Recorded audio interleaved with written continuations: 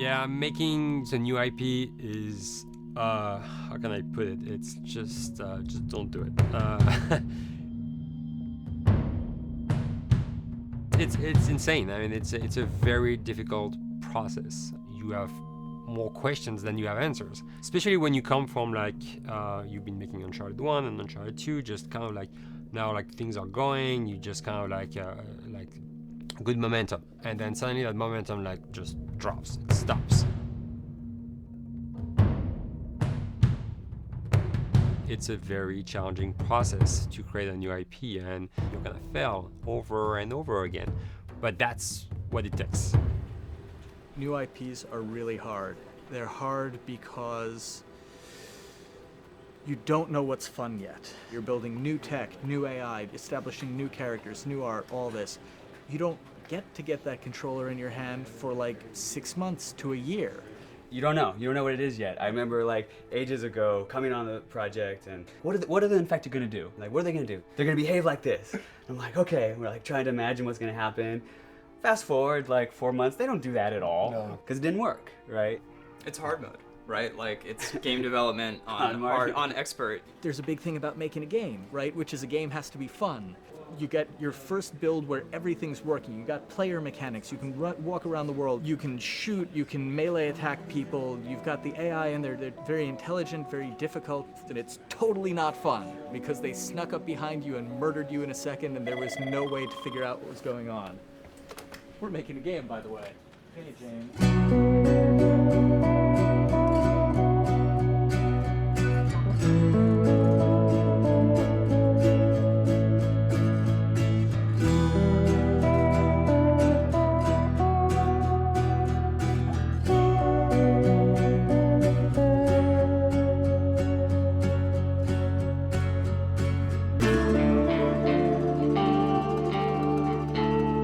The company has grown quite a bit since I started. I think I was the 12th employee or something back when we got started, but we've tried to stay true to those smaller studio roots. I've been here for 16 years. There's just no reason to leave. I just like the environment here. It's very non-corporate. I think the way we work on Naughty Dog is kind of special because we don't really like hierarchy or bureaucracy, and no one is really just a manager here. Naughty Dog has a very flat structure. We pretty much all report to the co-presidents and the game directors. I always tell people when we hire them, just like, my job is going to be able to trust you, and that's what I want. I want just to give you something and you go with it, and I know it's going to get done. We believe in iteration, we believe in collaboration, and we believe in the people making the game working directly with each other. When we have designers and artists, animators all mixed up, anybody that's working on the same tasks, the same characters, the same areas, put them next to each other so they can communicate a lot better. We don't have a lot of meetings because if you need something to get done, you just walk over and you talk, and then you go back to your desk and you finish it up. And I really like that. I like when I just walk in the office and I see just designers talking with the programmers or programmers over the animators and talking to them. I think that's when really the magic happens. Naughty Dog, we really try to cultivate a culture where anybody can criticize anybody else's work. And we encourage people to be blunt about it and not try to sugarcoat it too much. It takes too long to be nice sometimes. It's not personal. It's based on more like how can we make a better game. We want everybody to have a voice. We want to cut out all the bullshit if we can, making sure that people are making decisions not based on ego, but what is going to benefit the game. When you see that people trust your opinion and that they value it, it's such a great feeling. You really feel like you're working as a team on a collaborative effort. We want to sort of remember where we came from and you know why we were successful then, and try to continue that success now. We make games. That's what we like to do. Back when Uncharted 2 wrapped up and we decided that we were going to build the second team and create a new project, we kicked around a lot of ideas. One of the very earliest ideas was to go back to Jak and Daxter. It's really near and dear to us. We really love those characters in that universe, and we think that there are some interesting stories still to be told there. We started to realize that it was not going to do justice to the franchise that the fans had fallen in love with. It would be shifting it so far in a new direction that we felt that effort would be more justified in developing a new IP. Neil and Bruce came to Christoph and I and said they wanted to do a post-apocalyptic game. I think the core essence of what they wanted to do, though, was to try to tell a story about two people and how their relationship evolved over the course of the entire game. That potential, oh wow, there is something very special about that game. This is going to be polished. Like, you're not sure if it's gonna work or not, and you have doubts. And like, should we be doing a game like that? Should we be doing a first-person shooter? Whatever. Like, you ask yourselves all those questions. And the creative director and the game director are the core of the team that have to really see eye to eye. That's why you have that balance between like Bruce and Neil, and Neil's gonna try to push the just the story and the characters, and Bruce is going to try to push that with just the gameplay as well. And so it's kind of like those guys are just trying always to find the right balance between the two. It's a very delicate process. We feel that the interactive medium has an untapped potential to touch the feelings of the player. You have that connectivity, the fact that I'm actually in the world and participating in what's happening on the screen in front of me gives us some sort of advantage to make you feel connected with what's actually happening. At Naughty Dog, that's what we're trying to do, is pair story and gameplay together. If we can make you feel like you're actually with these characters on that journey, and you're invested in those stories and those characters, then you're feeling, in theory, the same thing that they're feeling. As the story evolved and took different shapes and different forms, the thing that was always there was Joel and Ellie. And because of that, everything kind of grew out of that relationship.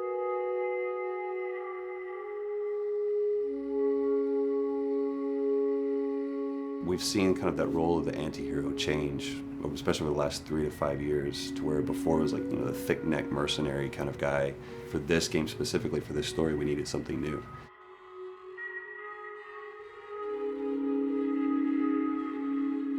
The reason we didn't want to make Ellie Joel's daughter from the get-go is because it wouldn't have anywhere to go. Of course, at that point, he'd be willing to do anything for his daughter because that is what a dad would do for his daughter. If they didn't even know each other at the beginning of the story, then we start from scratch. And it's almost like the player has the same relationship to Ellie as Joel does.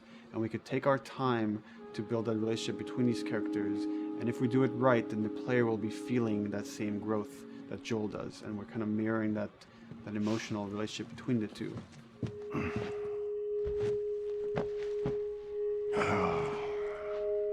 What are you doing? Killing time. Well, what am I supposed to do? I am sure you will figure that out.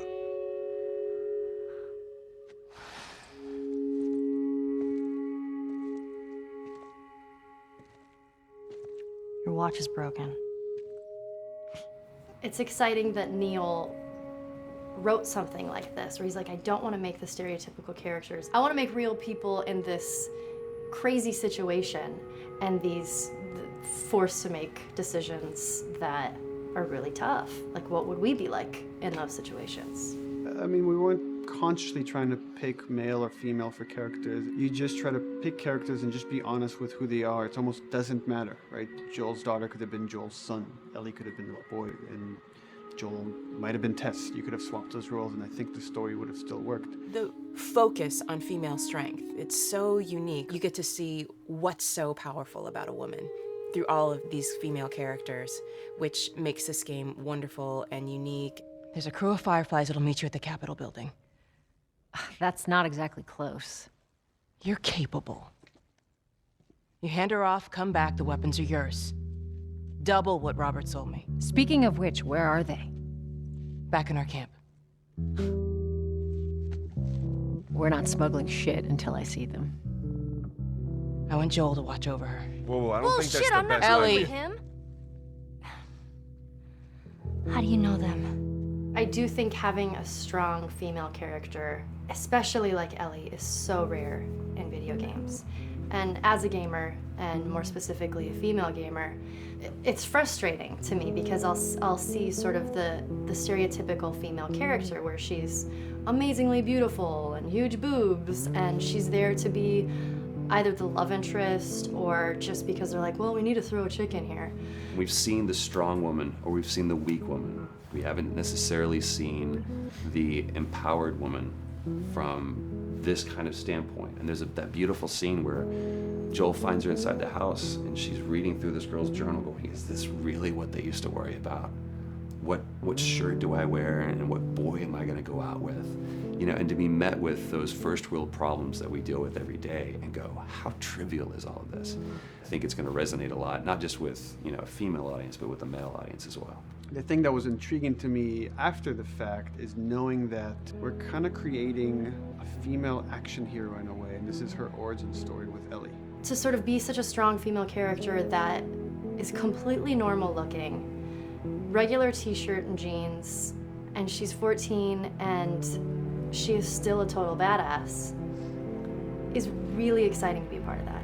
There's so few non-sexualized women in video games, especially in the main role, that we were kind of proud that we were creating one. It's very complex, and without the players knowing it, she becomes the protagonist by the end of the story. And that's why she's in the front of the box, and that's why we've been promoting the two of them together so much. Who's there? It is a dual protagonist game, and yeah, I guess I get nervous to think about it in that way.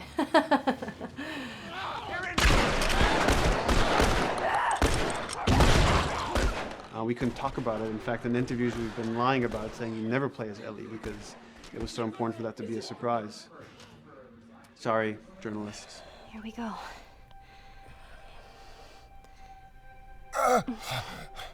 Sorry. Hold on. That's it. The tone of the game was set pretty early on that we knew that we wanted to make a really grounded story. We knew that we wanted to make the player feel the sense of tension and dread and go through the same emotional roller coaster that Joel and Ellie were going through. One of the things we kind of struggled with is to say, well, if we want to really ground this world and make it so like realistic, maybe we shouldn't have anything that could be perceived as a monster. Maybe like by just having an infection that just killed people, and it's all about humans and how they deal with this post-apocalyptic society and how different people decide to survive. Maybe that would be enough. And what we realize is because we're making an action game, a lot of the storytelling happens on the joystick. And once we remove the infected, it's like all of a sudden now we can't tell the story through gameplay of what happened to the world. And that's where we kind of went back and kind of brought the infected back in, because it lets you see, once you're fighting them, the threat that people had to deal with, that otherwise would just be very cerebral and people could talk about it, but you couldn't necessarily experience it yourself. In a novel, that might work. In a game for us, specifically an action game, it didn't work. And from there, when we start kicking around those ideas, and we're just like, what would be cool just to play? The early inception for it really came from a BBC video we saw called Planet Earth, where they were talking about a cordyceps fungus. This cordyceps fungus gets inside of the brain and controls these ants, and mandibles start chomping, they grow up to higher areas, cordyceps fungus sprouts out, and then it germinates. And essentially uses them to spread its infection and take over whole colonies, sometimes wiping them out. As soon as we saw it, we were intrigued by the idea of, what if it jumped to humans?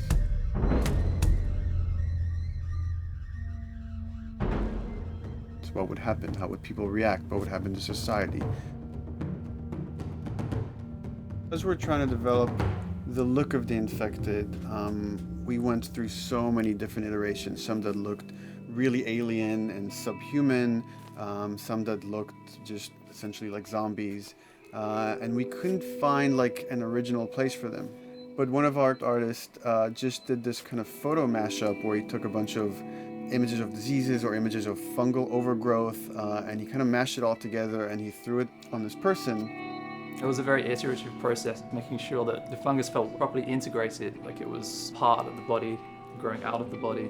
And not just fungus growing in the head, but it's tearing the face apart, cleft down the middle, it's gaping maw of a mouth with the crooked teeth. And it's in great agony as its humanity and its brain is still somewhat functioning. Maybe you still have some human cognitive abilities or thought process back here. This isn't some decaying corpse on the ground. This is a living thing that's going to be coming after you in the world. The fungus is always the focal point. So you can see from a distance, oh, this guy's infected. I can tell straight away. In fungus, they have these beautiful saturated colors, and we really like that conscious of this something so horrific that it's going to like stop at nothing. It's relentless force of death, and yet elements of it are beautiful. It's not just about gore. It's not just about everything about it being scary, because to us it's actually scarier when things on it are somewhat benign or somewhat beautiful. It was evident that we were onto something that was quite a bit different and something that we hadn't really seen before, which was eerily human but very disturbing. And it seemed so creepy and so unique that right away we gravitated towards it, and it's like, this is our base infected. Everything should kind of come out of this look.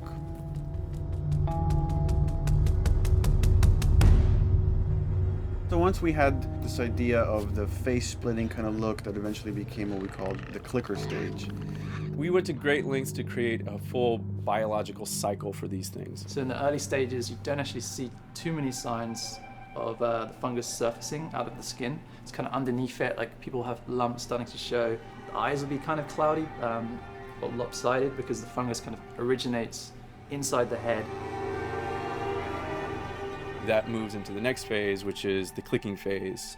And if they mess with the eyes, we end up saying, well, how do they get around? Oh, echolocation. And they use a form of echolocation to track down their enemies. Just like bats, or even some blind people can see by making a clicking sound, a sound that on its own wouldn't be very scary. And then to associate it with something that people in this world are very fearful of, so that as you're exploring an environment, all of a sudden you hear this click, and you're seeing everybody just get frightened, just everybody duck, everybody hushes. Great.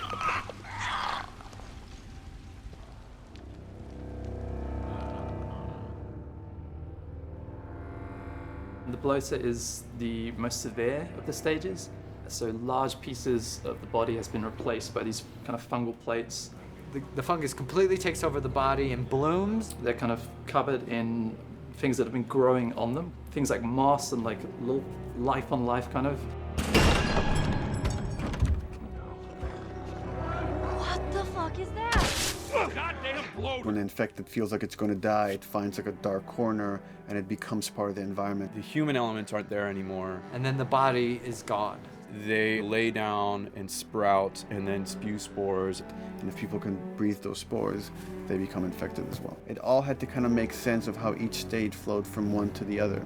And that's hopefully how we've created a world that you can kind of look through it and understand the science behind it and say, I could buy this, I could get into this.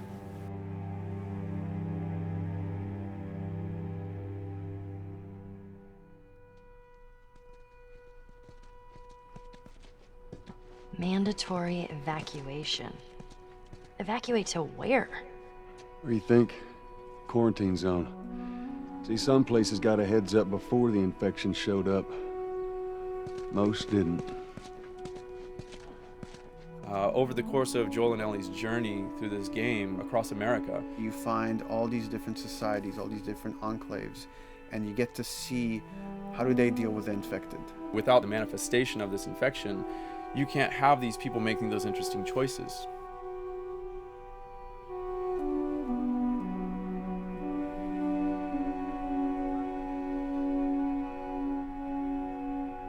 The world we decided was actually its own character, really grounded with a lot of texture.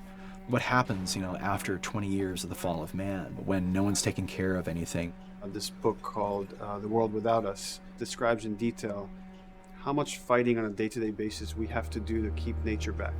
And once you stop doing that, how quickly nature can reclaim that. As they talk about New York, and how every day they pump water out of the subway system. That system breaks down. Within 2 days, a whole city is flooded. And once water gets introduced, then structures collapse pretty quickly.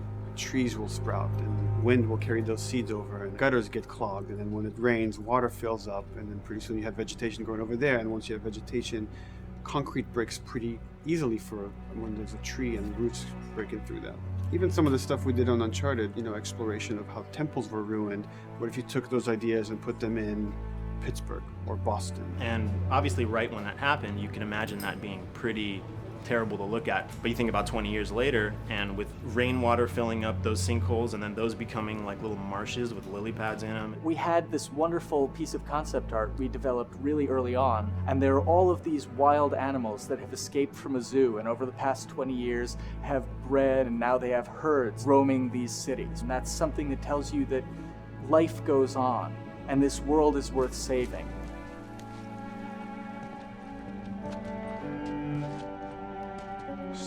Don't scare it. I won't.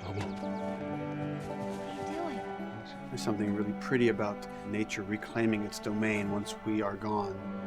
So fucking cool. We have another level of OCD of the logic goes into some of these environments.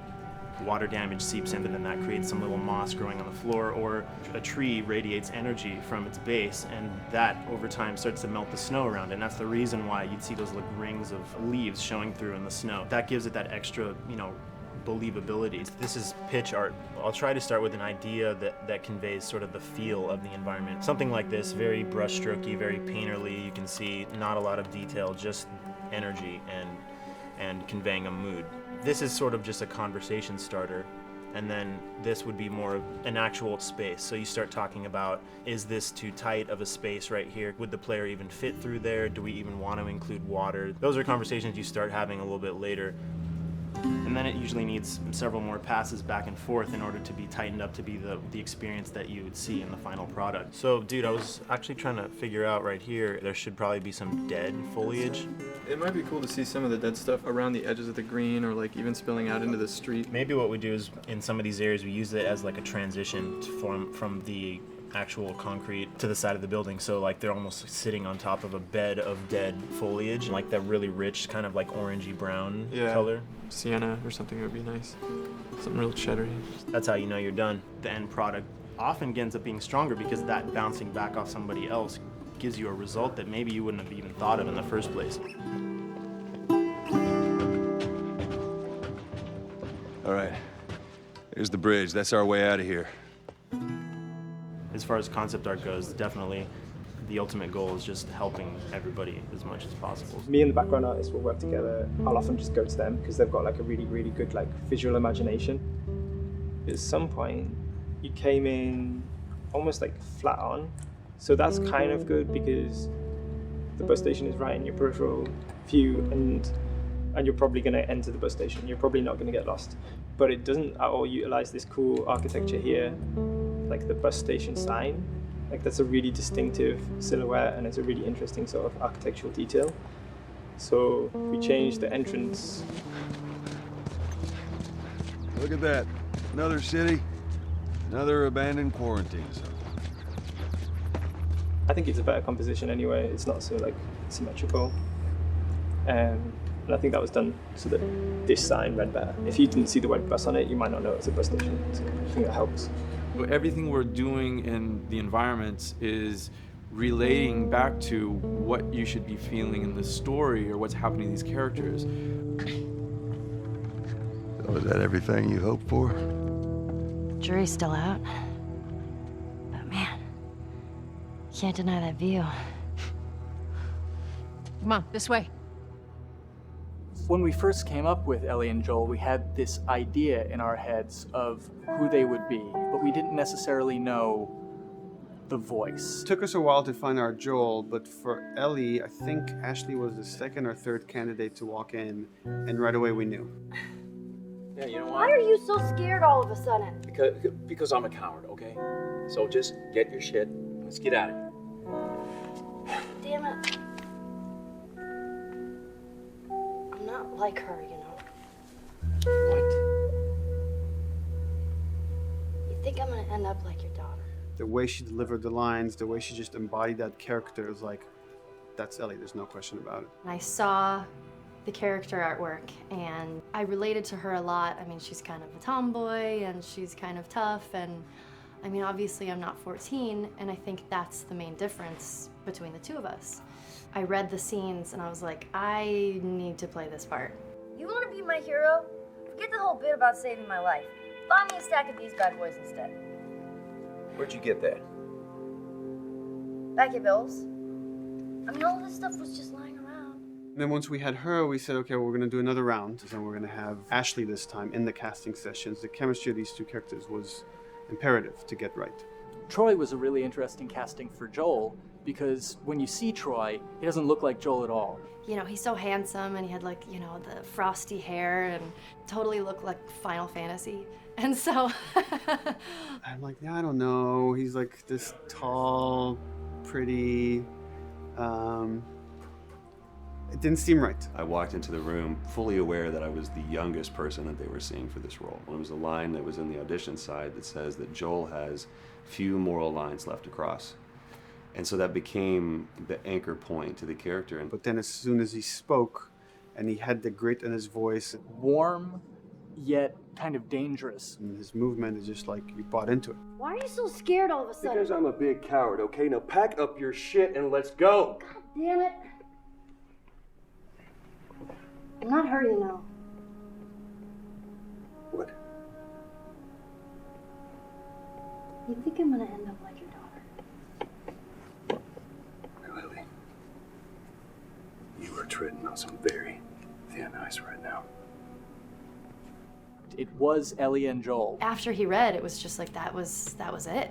I've done some video games in the past, but to be handed the mantle of a franchise like this was a pretty big honor. Is she alive? She's alive. She's David's newest pet. Ah! Where? In the town. She's in the town. You mark it on the map. It better be the same exact spot your buddy points to. Neil pulled me aside one day, and he said, I have some ideas. And as you're well aware, Neil is a little twisted. He came up with this character, and, you know, I just jumped at it. It was such a departure from everything I've done here for Naughty Dog, to say the least.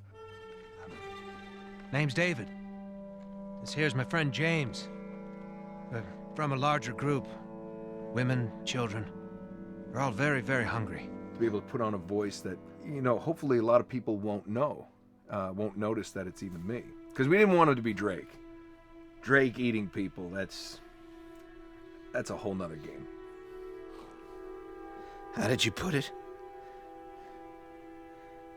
Tiny pieces. See you tomorrow, Ellie. You know, certain voices that I can do wouldn't fit the David's artwork, but he showed me the art, and I said maybe it's something like this, where everything's, you know, it's very quiet. And just, you know, he's not really sure, and the voice can break a little. And he just looked and goes, yeah, that's it. So I'd love to tell you we hashed it over and we talked. No, it just, I looked at the picture and I tried something. He said, yeah. A few weeks back, I sent a group of men out a nearby town to look for food. Only a few came back. And turns out that the others had been slaughtered by a crazy man. And get this, he was with a little girl. You see, everything happens for a reason. Claire. Ashley, she brought humor to it. She just has some really great comedic timing. The way she reacts to the things around the world with a little bit of sarcasm, that teen kind of like trying to get a rise out of you. Now watch your step as you're going out, because it's going to be a little... It just brought a certain levity to the story that the story needed. You didn't even realize it needed it until she started doing some of that stuff. Oh, I'm sure your friend will be missing this tonight. Mm-hmm. It's light on the reading, but it's got some interesting photos. Now, Ellie, that ain't for kids. Whoa! How the hell would he even walk around with that thing? Get rid of that. Hold your horses. I want to see what all the fuss is about. Oh, why are these all stuck together? I'm just fucking with you. Bye-bye, dude. Throughout the course of shooting over these past couple of years, Ellie and I have kind of morphed into each other, which I know sounds so cheesy. Neil always asks, he's like, well, what would you do in this situation? I think the most important thing that Ashley brought is a sense of capability to Ellie's character that wasn't there in the beginning. The very first thing we shot involved her being pulled out of a car and attacked, and Joel was supposed to go save her. It was written that Ellie sort of was just kind of watching on the side, just waiting till he was done, and I was a little frustrated because I was like, well, if this were real life, I would do something. We did a couple takes, and at some point she walked up to me and she said, I feel like I'd hit him. So we added in a part, like, right there off the bat, she's not just this damsel in distress. Right there, she wanted to fight back from her very first day of shooting. We didn't have it right initially. She needs to be more capable than initially we thought she would be, and actually that made us go back and rethink combat and rethink a lot of the areas in the game, and now she was going to take a much more active part.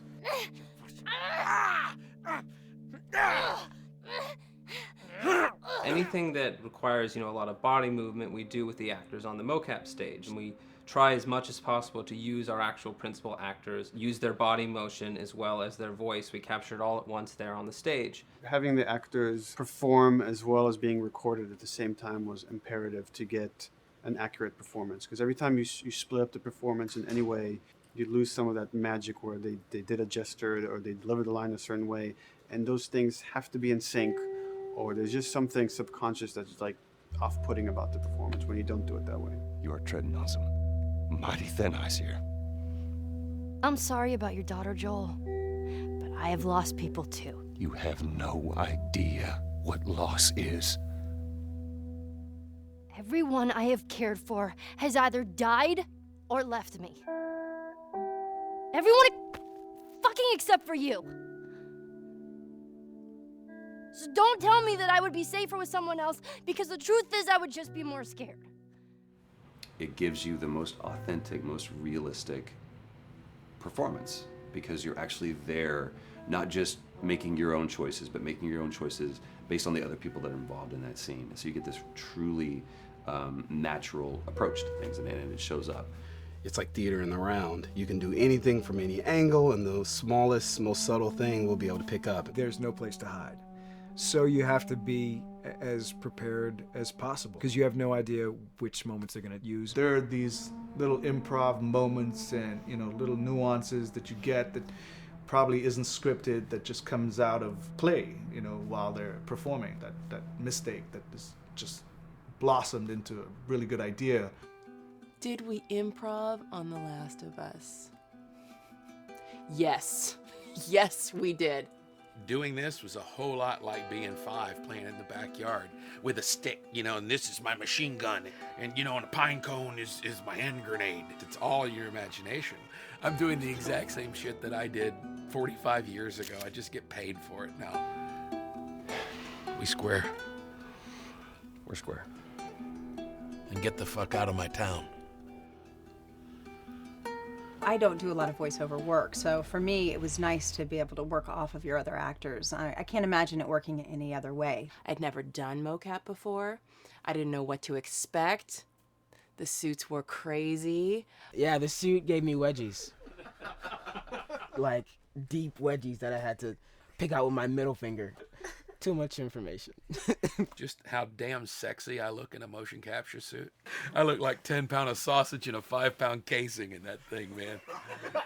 Once you get past the fact that like everybody else and you look like weird clown people with these little dots and stuff, once you like give over to that, it really was pretty easy to make it just feel like you're in the moment and in the scene. So everyone that was on this is a slam dunk. This isn't just another gig to them. And that creates a really cool energy for people to really start experimenting and playing jazz.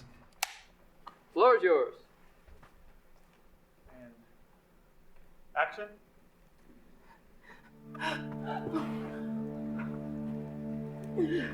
Fuck off! Hey! Oh, let her go. Don't worry, this is fixable. But I can't come with you. Well, then I'm staying. Ellie, I want Joel to watch over her. Oh, no. Bullshit, I'm Ellie. going with him. I could just take her to the North Tunnel and wait for me there. Jesus Christ. Just cargo, Joel. How do you know them? You know, we craft the scene out until it has a good feel, and then we pass it off to animation to clean it up. Real life motions don't necessarily always translate into gameplay. There's something that's usually missing, so we have to, maybe enhance the gesture or enhance the shoulder movements or a breath that you want to be able to feel, but you don't really see it, so you can't really feel it unless you see it. Is everything all right? Yeah, everything's fine. I could have him lean in here a little bit more, like this, take his hand down. When they're on stage, they don't necessarily have windows, so that weight of like really pushing and leaning in, that's something that we would have to accentuate.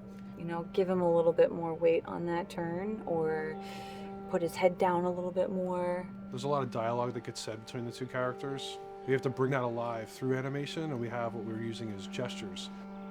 Why would they mow down all these people? Can't let everyone in. If you turned off the sound, you'd know that they were talking to each other. And that really helps accentuate the relationship that the two have together. We have certain animations that play in the beginning of the game on Ellie. She's traveling with Joel, who she doesn't really know. There's a lot of gestures to make her look nervous, just her overall stance. Later on in the game, they develop a relationship through the animation, not just the dialogue. You can see that she's more comfortable around him. If that reads well with the player, then, we're doing our job.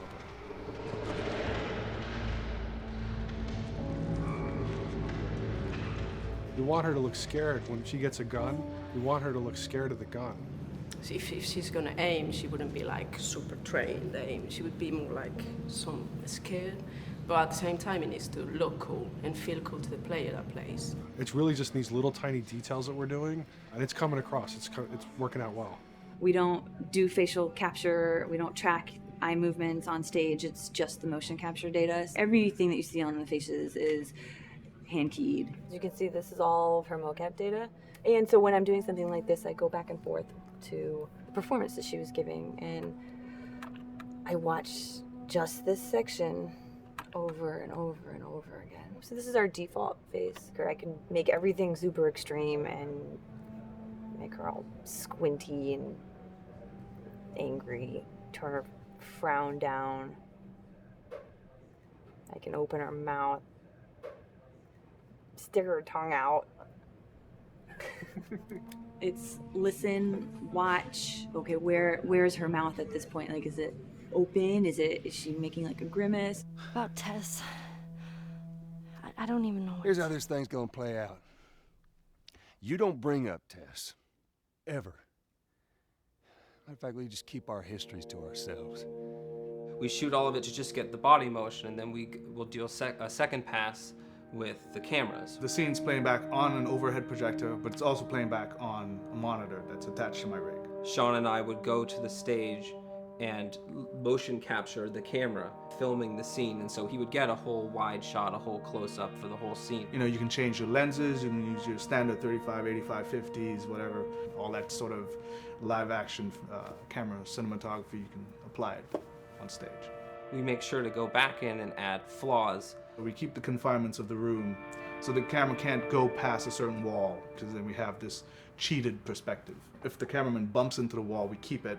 Missing focus hits when you're pulling focus, going too close to the character and reframing, those little moments in there kind of keeps it very cinema verite. If everything was too perfect, you wouldn't be able to put your finger on it, but you'd be able to feel it. It would just feel off.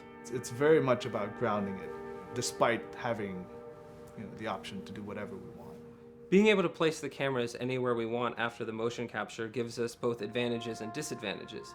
The biggest advantage is it means that we just have to nail the best performances we can get, and the luxury is that we can always swap it. The 3D world gives you limitless opportunities with cameras and movements, exposures, all that stuff. Most of these cameras are sort of set up like real world cameras. So we have lens, we have f-stop that will create the depth of field.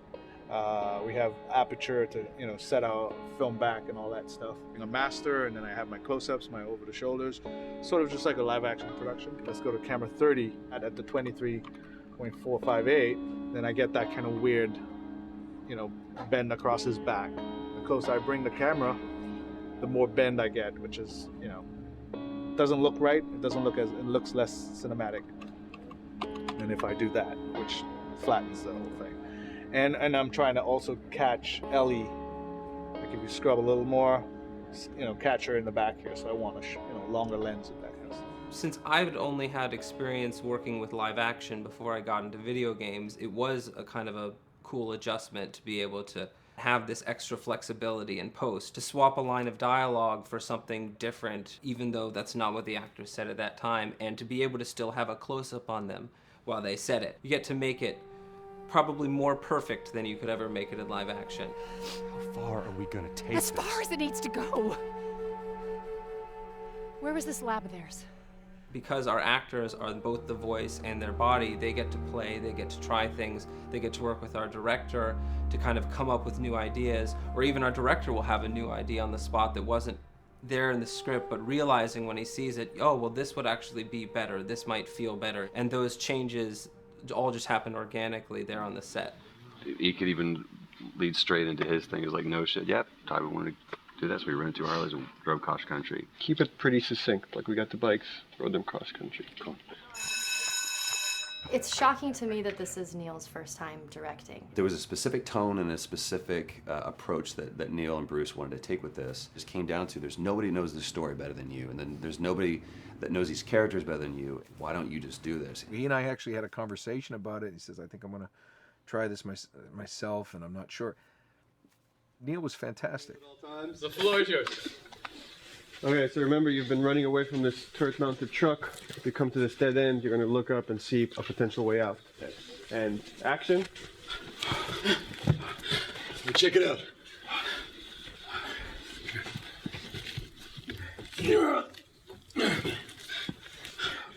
I mean, his writing is honest, and it's dangerous, and it's natural. And I love his economy of words. He doesn't hit everything on the nose, so it leaves it open for you to interpret and bring some nuances and things like that. The entire process is collaborative, but really it's led by Neil's willingness to change and flow and decide something doesn't work, fix it right there in the moment.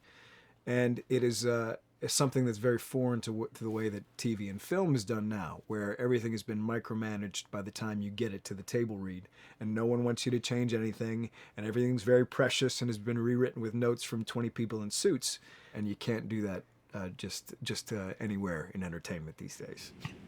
Yeah, I want to make sure.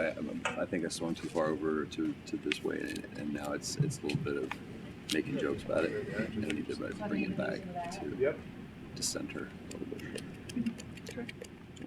There's one scene in the game where we see Joel not as a ruthless survivor, but as a father. I knew from the very beginning that he was going to lose his daughter, and I just told Neil, I was like, when that day comes for us to shoot that, I need a heads up. About a week before, he said, it's time, we're going to do that scene.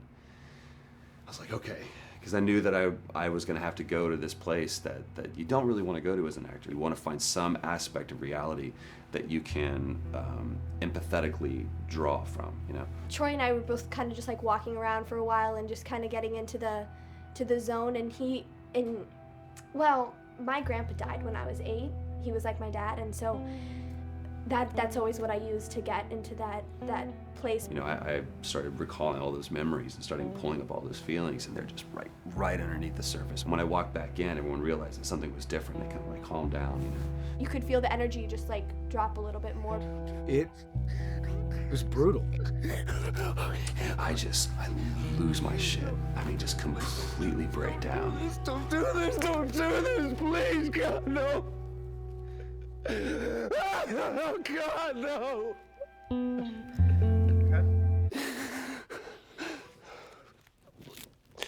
The soundstage was deathly still. It was the first take, and I felt really good about it. And it's like Neil said, okay, let's do it again.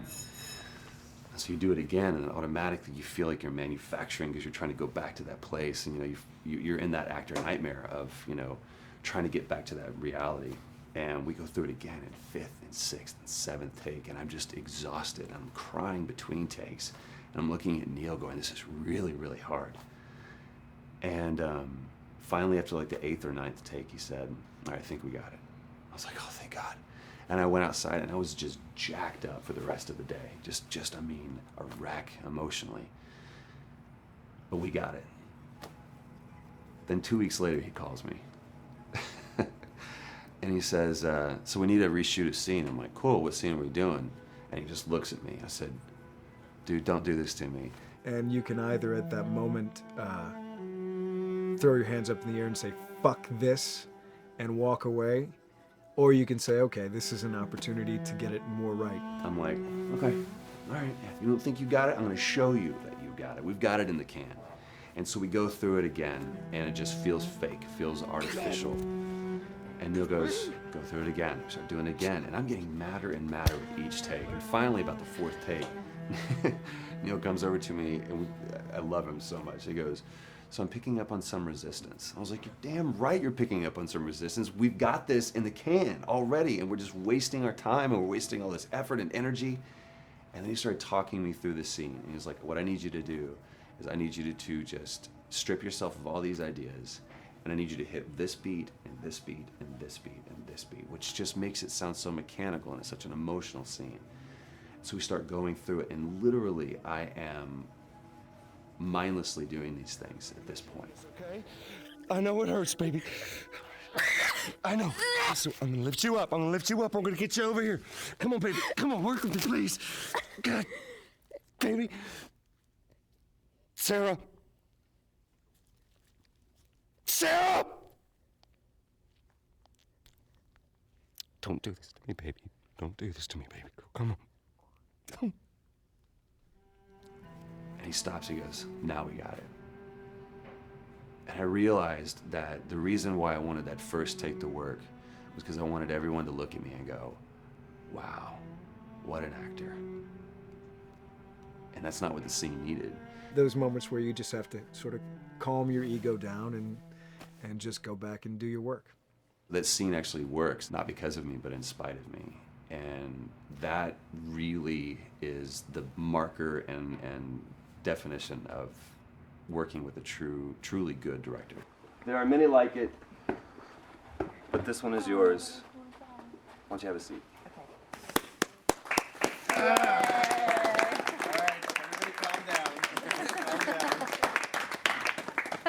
Thanks, guys.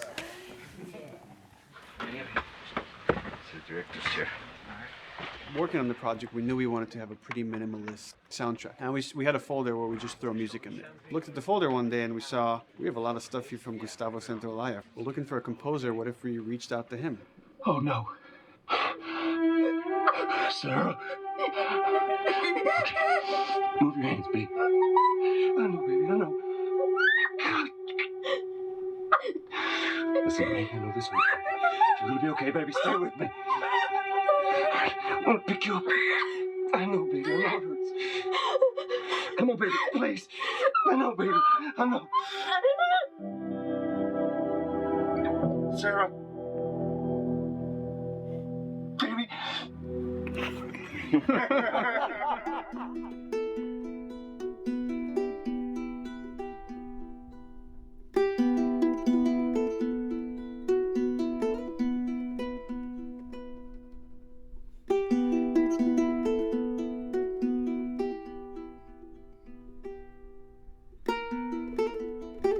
My life has been and still is kind of like a road movie. I grew up in Argentina. I came to the United States in 1978 because we had a horrible political situation in Argentina. We had a military dictatorship where 30,000 people disappeared at the hands of the government and many other more were tortured, and I was blacklisted. It was just impossible for me to keep on living there. I've been jailed many times since I was probably 15 years old just because I had long hair and I play an electric guitar. So I had to embark on this trip. I can relate to that kind of need of movement and going to the next place and the next place and the next step. I'm always attracted to the possibility of getting involved with a project from the very beginning. I like to work from the script and talking to the director. It's never been, oh, give me a piece like this or give me a music that's this. It's just been very high level. Here's what the story's about. Here are the themes. Go write some stuff. Since I don't know how to really read or write music, the way I produce music is actually recording it. So I like to come early in the projects, and I did in The Last of Us.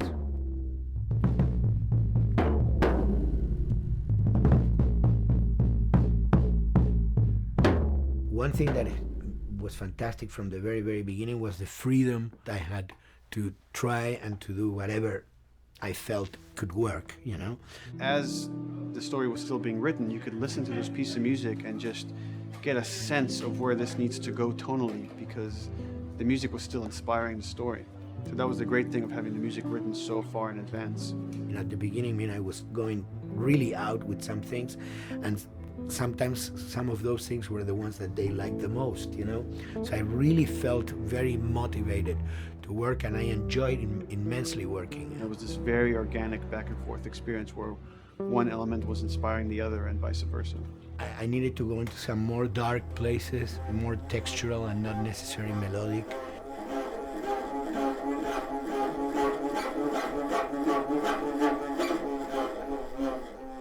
I'm always trying to sort of push myself into playing instruments that I don't know how to play.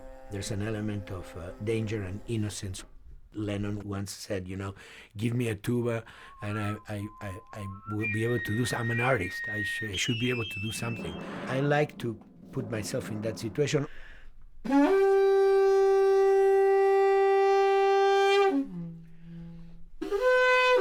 So these are just PVC pipes, the one used, you know, in construction.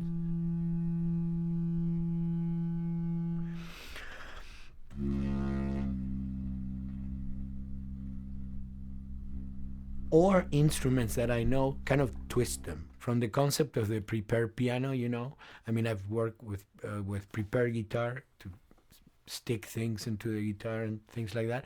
And also in The Last of Us in particular, I work with a detuned guitar. So I really tune the guitar extremely low. And the result is, you know, strings that are very loose and will produce not only sound, but produce noise. Because I believe, you know, every environment has its own sound. We have in our, you know, small studio, we have actually the possibility to record almost anywhere, including the bathroom, and we have done some fabulous recording, especially in the kitchen.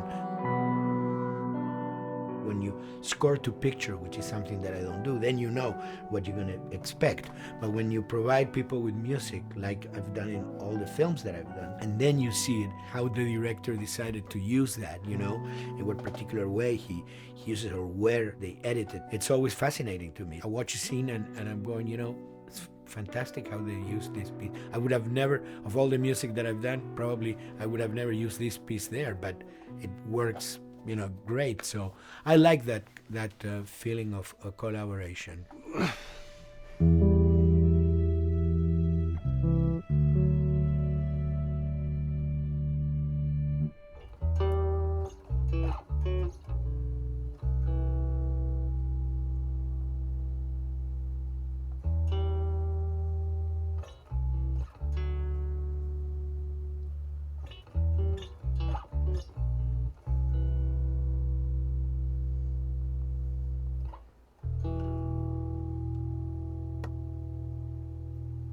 I think, you know, the guys also that work in programming and adapting that music to the game, they should share a lot of the credit for the end result. In the beginning, there was silence. Yes. Then they hired sound designers. Then they regretted that decision.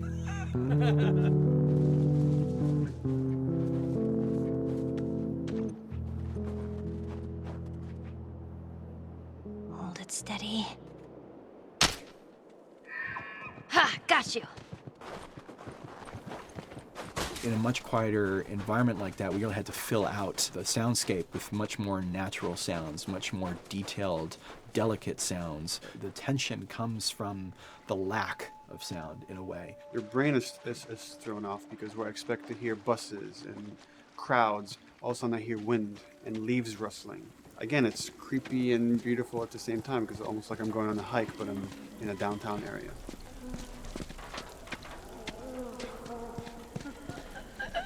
Get up over this truck.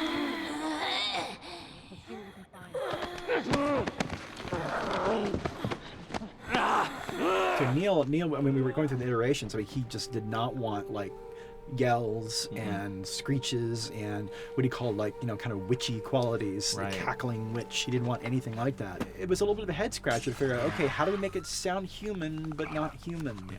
We really did not want to use any animals. We wanted these all to be human.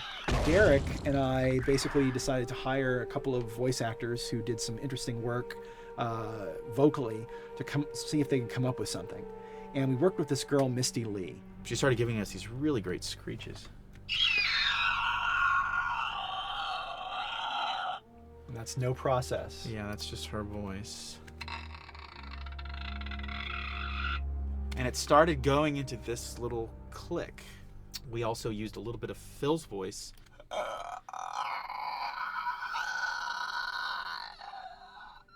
We'd combine that also with an occasional, Derek. That's just me, moving my tongue. And what that kind of did was it sort of grounded it all, like maybe in the mouth area, the wetness, all that kind of stuff. And it adds a nice texture, actually. This is a composite of all the bits I just told you about.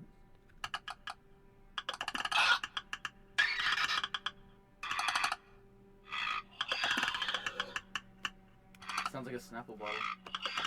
Oh, the lid? Like the lid, yeah. That's a good idea. Fuck, where were you guys like months ago? Why did we think of that? Why did we think of that?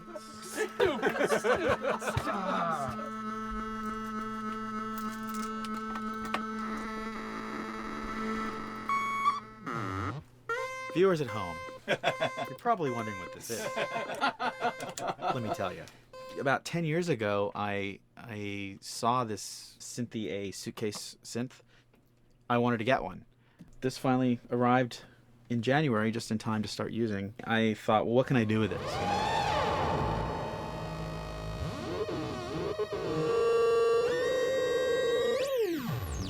In Lakeside, there's a whiteout that happens, and this thing has a noise generator, which gives really convincing wind sound.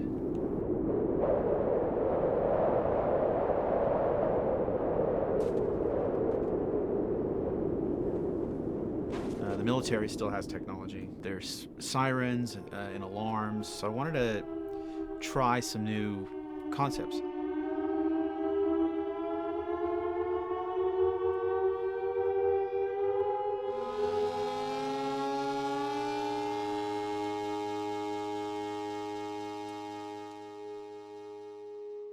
Man. What? Nothing. It's just. I've never seen anything like this, that's all. You mean the woods? Yeah. Never walked through the woods. It's kind of cool.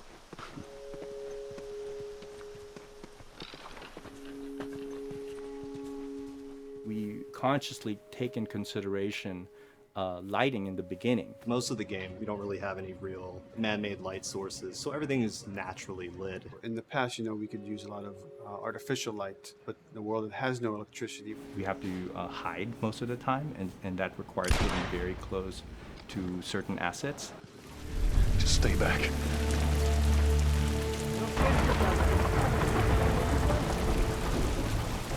Otherwise, can't.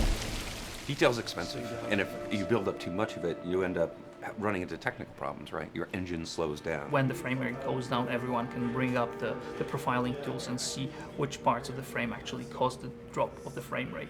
This is the profiling tool. These are all the SPUs. Here's the GPU, and then here's the PPU. You can see here's the main process and here's all the sub-processes, and you can see, tells you how many milliseconds and cycles it's taking. The programmers are whiz at modifying this stuff and realizing, oh my god, why is this thing so big? We're taking 10 milliseconds on this thing. And then that's when they come over and find somebody and hit them over the head with a club and be like, why are you doing this? I love, we put the 30 frames per second goal because that's what we shoot for. Someone nicely put the 60 frames per second goal. It's like, yeah, we're not going to hit that. Lighters usually can come up with different lighting setup that still looks great, but is less costly in terms of performance. Did you talk to the character artist about her hand? So her face is getting a lot of spec, but then her arm is just bone dry. You think something we can tweak in shader? We'll have to send back to character team Michael to take a look. I can play with the lights and see if that's creates more spec. Yeah. I've never ever focused so much on lighting and how much sensitivity there is to that here. One of the first lighting scenarios I had to do was like 7 a.m. like overcast. And I'd like wake up early and like take photos with my phone. What color are the shadows? What color is